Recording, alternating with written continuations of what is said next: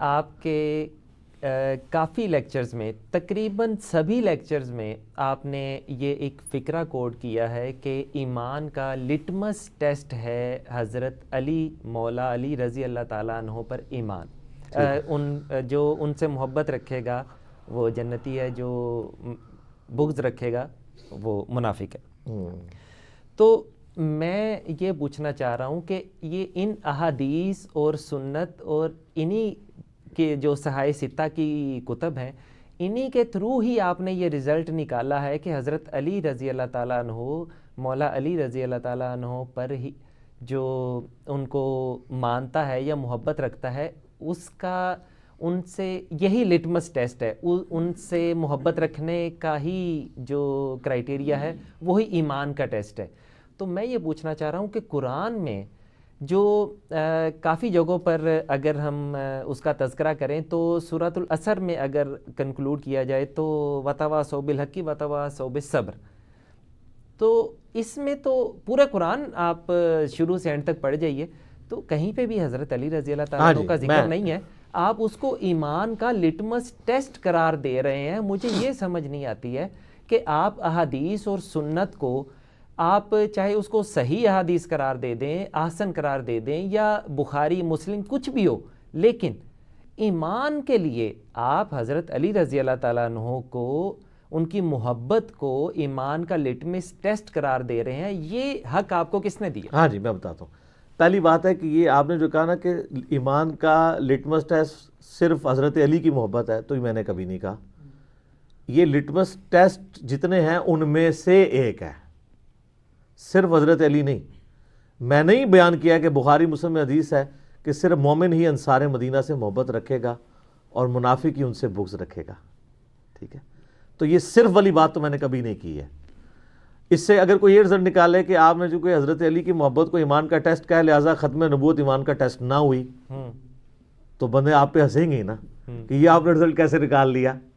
ٹھیک ہے، یا کوئی شخص ختم نبوت کا عقیدہ بیان کر رہا ہو تو آپ کے اچھا آپ نے ایمان ختم نبوت سمجھ لیا ہے، مرنے کے بعد جی اٹھنے کو نہیں آپ مانتے، تو کب کہا کہ نہیں مانتے؟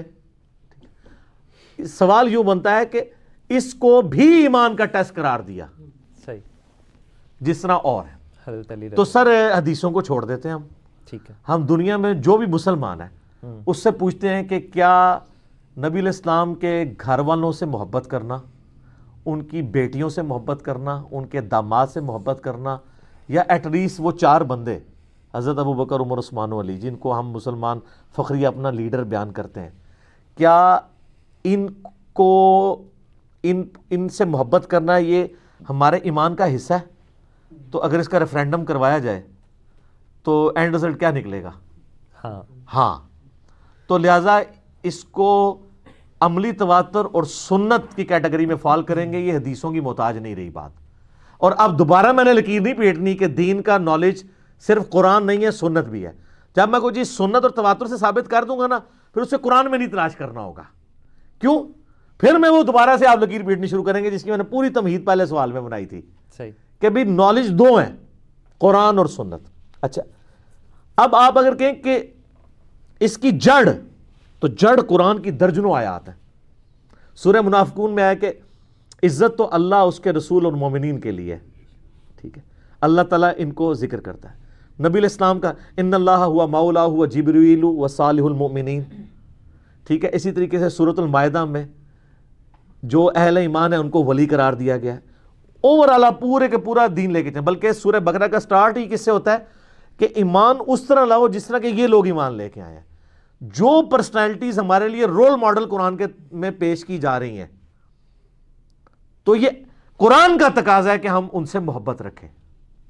قرآن کو یہ کہنے کی ضرورت نہیں ہے کہ داؤد سے محبت رکھو، نہ رکھو تو برابر ہے. قرآن میں کہیں آیا کہ حضرت داؤد علیہ السلام سے محبت کرو؟ نہیں. تو لیکن اگر میں کہوں کہ کوئی شخص اگر جو حضرت داؤد سے محبت نہیں رکھتا، ان سے نفرت رکھتا ہے، اس کا ایمان کامل نہیں ہے، تو میں جسٹیفائی ہوں. رسولوں پر ایمان، ہاں، ایمان لادا چیز ہے، محبت لادا چیز ہے. ایک بندہ کہتا ہے میں داؤد علیہ السلام پہ ایمان تو رکھتا ہوں لیکن ان سے کوئی محبت نہیں، مجھے میں نفرت کرتا ہوں. پھر آپ کہیں گے ایمان مکمل نہیں. یہ چیزیں بیٹھتی ہیں قرآن کے مزاج کے اندر. تو کہ بھی جو بھی اللہ کی برگزیدہ ہستیاں ہیں، صراط الذین انعمت علیہم، ان کی محبت ہمارے ایمان کا حصہ ہے. اب رہا کہ وہ ایمان کا حصہ کس انٹینسٹی کا ہے، اس کے اوپر تو بات ہو سکتی ہے کہ جی کیا مولا علی کو ماننا ویسا ہی ہے جیسے رسول اللہ کو ماننا؟ نہیں، یہ بھی آپ عملی تواتر چیک کر لیں. دنیا میں آپ کسی شیعہ کے پاس بھی چلے جائیں، اسے کہو کہ تم مولا علی سے اتنی محبت کیوں کرتے ہو، تو وہ حضرت علی کے جب فضائل گنوائے گا تو وہ سٹارٹ، سنی کو تو ضرورت نہیں نا، وہ تو ہم سمجھتے ہیں کہ وہ پہلے ہی اس پیٹرن پہ ہیں، یعنی ہم سے مراد آپ لوگ شیعہ غلوب کرتے ہیں نا، تو وہ کیا کہے گا آپ کو؟ کہے گا یہ حضرت فاطمہ کے داماد تھے، حضرت فاطمہ کے خاوند تھے، نبی علیہ السلام کے داماد تھے، حضور علیہ السلام کی نسل ان سے چلی ہے، ہر چیز کو رسول اللہ سے جوڑ رہا ہوگا نا. جی. آپ شیعہ کا بھی نعرہ دیکھیں، محمد اور آل محمد، صلاۃ بر محمد و آل محمد، اللہم صلی علی محمد و علی آل محمد. آل علی تو کبھی بھی نہیں وہ کہتے، حضرت علی کو بھی رسول اللہ کی نسبت سے لے کے چل رہے ہوتے ہیں، تو ہم برابر نہیں کبھی بھی سمجھ رہے ہوتے. لیکن چونکہ نبی علیہ السلام نے فرمایا اور آپ نہ بھی فرمائیں تب بھی سارے اہل ایمان کے ساتھ یہ معاملہ ہے. باقی جن لوگوں نے زیادہ کنٹریبیوشن کی ہے دین کے لیے ان کی زیادہ پرائورٹی ہے. لیکن کوئی شخص یہ کوئی نہیں کہتا کہ جو حضرت علی کو یا حضرت ابوبکر کو نہیں مانتا تو وہ دوزخ میں ہی ضرور جائے گا ہمیشہ کے لیے، یا ان سے جو دشمنی رکھتا ہے ہمیشہ کے لیے. میں ہمیشہ کا لفظ بول رہا ہوں، این ممکن کہ اللہ تعالیٰ ایک عام مومن کے ساتھ بغض رکھنا قرآن میں کیا پسندیدہ ہے؟ قرآن تو آپ کو کہہ رہا ہے اپنی بیویوں سے بھی بغض نہیں رکھنا آپ نے، تو اہل ایمان کے ساتھ بغض رکھنا تو بہت بڑی چیز ہے، عذاب تو اسے ہو سکتا ہے. تو یہ چیزیں کبھی بھی قرآن سے ٹکراتی نہیں. آپ اس کے لیے تھم رول یاد رکھیں. یہ جتنے لوگ بھی لے کے آتے ہیں نا، وہ غامدی صاحب جی قرآن اس سے خالی ہے، الموطا امام مالک اس سے خالی ہے.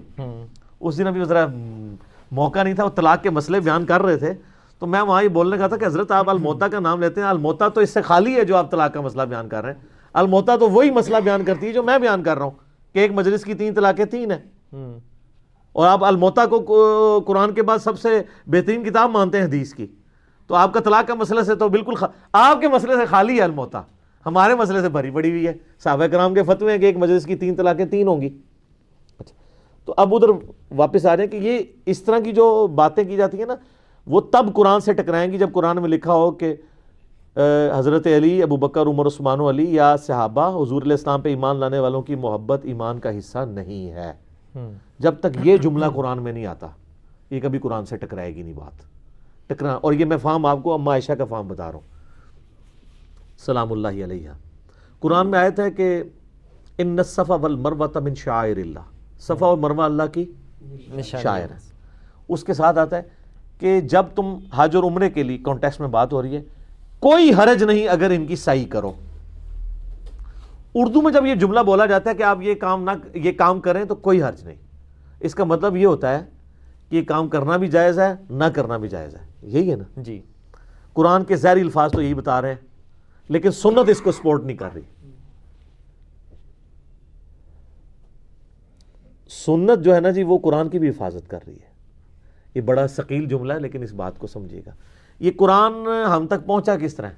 نبی کریم صلی اللہ علیہ وسلم، نبی علیہ السلام سے آپ کو دے کے گئے تھے عملی تواتر سنت. قرآن کی اتھینٹسٹی کیا ہے؟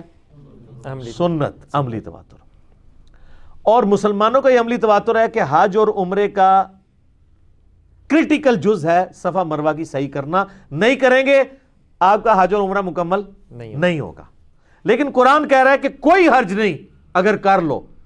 تو آپ والا رزلٹ نکالا جائے تو مطلب تو یہی ہوا کہ نہ کرو تو بالکل فٹ. اچھا، یہی سوال لے کے صحیح بخاری میں آتا ہے، اما عائشہ کے پاس ایک بندہ آیا، اس نے کہا صفا مروہ کی صحیح تو کوئی ضروری نہیں ہے. تو آپ نے پوچھا کیوں؟ انہوں نے کہا قرآن میں لکھا ہے کہ اگر صفا مروہ کی صحیح کر لو تو کوئی حرج نہیں. مراد یہ ہے کہ یہ اضافی کام ہی ہے. انہوں نے کہا یہ اس طرح نہیں ہے. اگر قرآن میں لکھا ہوتا نا کہ صفا مروہ کی صحیح نہ کرو تو کوئی حرج نہیں، پھر تیری بات درست ہونی تھی، نہ آیا ہوتا تو. حالانکہ اس کی بات بھی لنگوسٹک کے پوائنٹ آف ویو سے کامل تھی، لیکن اما عائشہ نے پھر اس کا کانٹیکسٹ کلیئر کیا کہ یہ جو غامدی صاحب، یہ امین حسن اصلاحی صاحب بھی کہتے ہیں نا مزاج رسول، تو انہوں نے بتایا یہ کس مزاج میں نازل ہوئی ہے، یہ اللہ کا مزاج کیا تھا. انہوں نے کہا ہوا یہ تھا کہ جو مشرکین عرب مسلمان ہوئے نا، تو انہوں نے دیکھا کہ ہمارے جو پریویس ادیان دین کے اندر جو چیزیں ان کا جو ٹوٹا پھوٹا جو تھا اس میں بڑی غلط چیزیں تھیں، اور اس میں صفا و مروہ کی صحیح بھی انہوں نے بت صفا مروہ پہ سجائے ہوئے تھے. اب جب وہ مسلمان ہوئے تو انہوں نے یہ سوچنا شروع کیا کہ ہو سکتا ہے یہ بھی بت پرستی ہی کی کوئی علامت ہو، تو اللہ نے اس کو انڈورس کیا کہ مشرکین عرب جو کچھ کر رہے ہیں سب کچھ ہی غلط نہیں کر رہے، کچھ ٹھیک بھی کر رہے ہیں. اس میں سے صفا مروہ یہ شاعر اللہ میں سے ہے، اگرچہ صفا اور مروہ پہ انہوں نے بت سجا دیے ہوئے ہیں، لیکن یہ سیدنا ابراہیم علیہ السلام کی بیوی کی یاد دلاتے ہیں اس عمل کی جو تورات کے اندر ڈیٹیل سے آتا ہے، بخاری میں بھی اشارتاً ذکر موجود ہے، وہ جو دوڑی تھی. تو اس لیے ان کو کہا گیا کہ کوئی حرج نہیں کرو، یہ وہ نہیں ہے جو تم سمجھ رہے ہو، یہ اسلام کا حصہ ہے. حرج نہیں سے مراد یہ نہیں تھا کہ کر لو تو ٹھیک، نہ کرو تو کوئی حرج نہیں. یہ حرج نہیں کی انٹینسٹی آپ کو بخاری سے پتہ چلی ہے، قرآن تو بالکل خالی ہے اس سے، یہ انٹینسٹی سمجھانے سے کہ یہ کیوں کہا گیا کہ کوئی حرج نہیں. اچھا اب اس سے آگے چلیں آپ.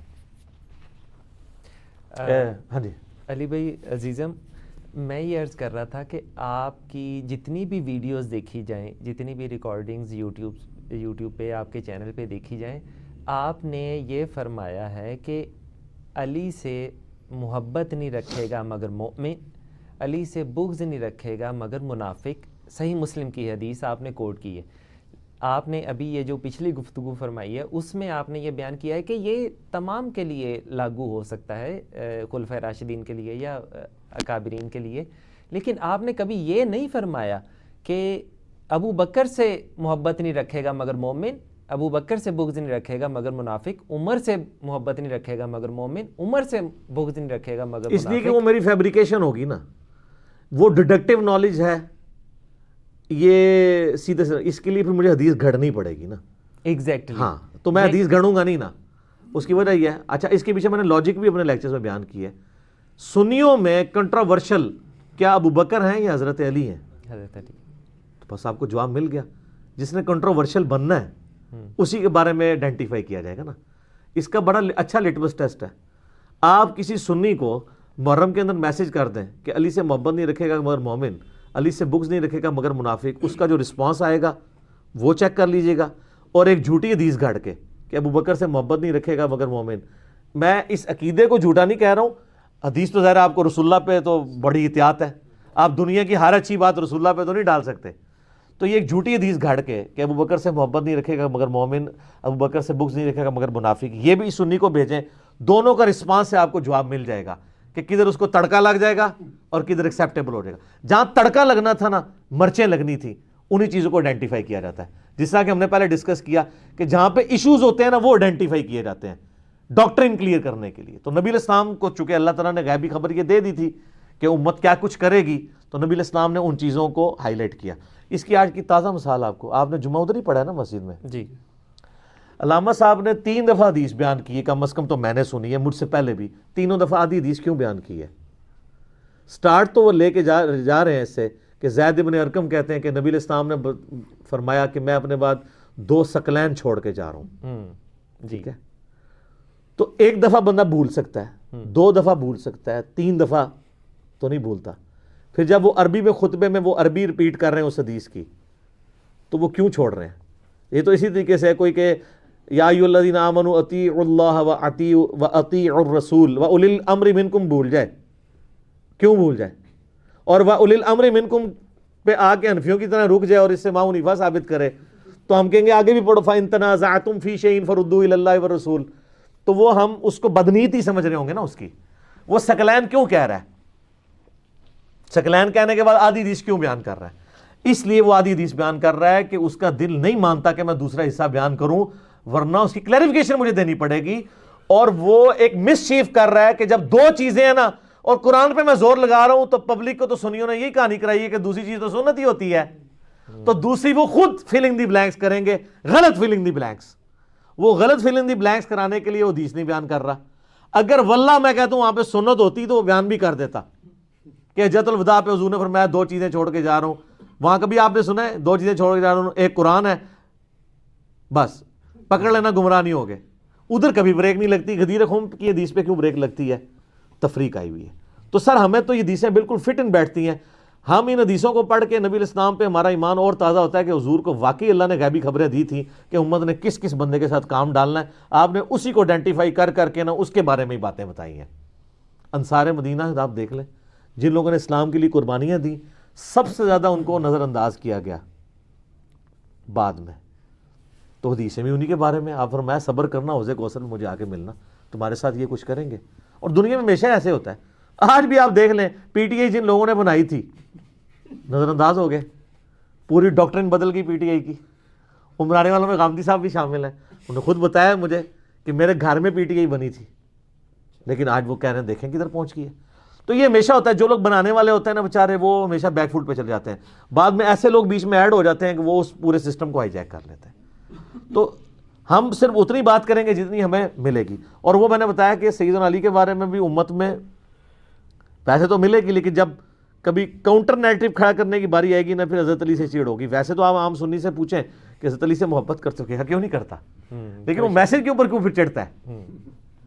یہ میرا چیلنج ہے, آپ دنیا میں کسی سنی کی مسجد میں یہ حدیث لکھ کے نہیں لگا سکتے, علی سے محبت نہیں رکھے گا مگر مومن, علی سے بغض نہیں رکھے گا مگر منافق. شام تک وہاں پہ بحثیں نہ شروع ہوئی مجھے پکڑ لیجیے گا, اور آپ ایک جھوٹی حدیث گاڑ کے حضرت ابوبکر کے بارے میں لگا دیں, کچھ بھی نہیں ہوگا. تو یہ تو ہمارے نبی کے نبی ہونے پہ دلیل ہے کہ آپ کو پتا تھا کہ کس کے معاملے میں مسئلہ خراب ہوگا. یعنی آپ کے کہنے کا مطلب ہے کہ صحیح مسلم شریف میں یہ جو حدیث آئی ہے وہ اس لیے آئی ہے کہ کیونکہ اس کے آگے پرابلمز سٹارٹ ہونے تھے, اس وجہ سے اس کی اور یہ ایک حدیث نہیں ہے, کئی حدیثیں ہیں. غدیر خون کی حدیث ہے, من کنت مولا فہذا علی مولا. ٹھیک ہو گیا.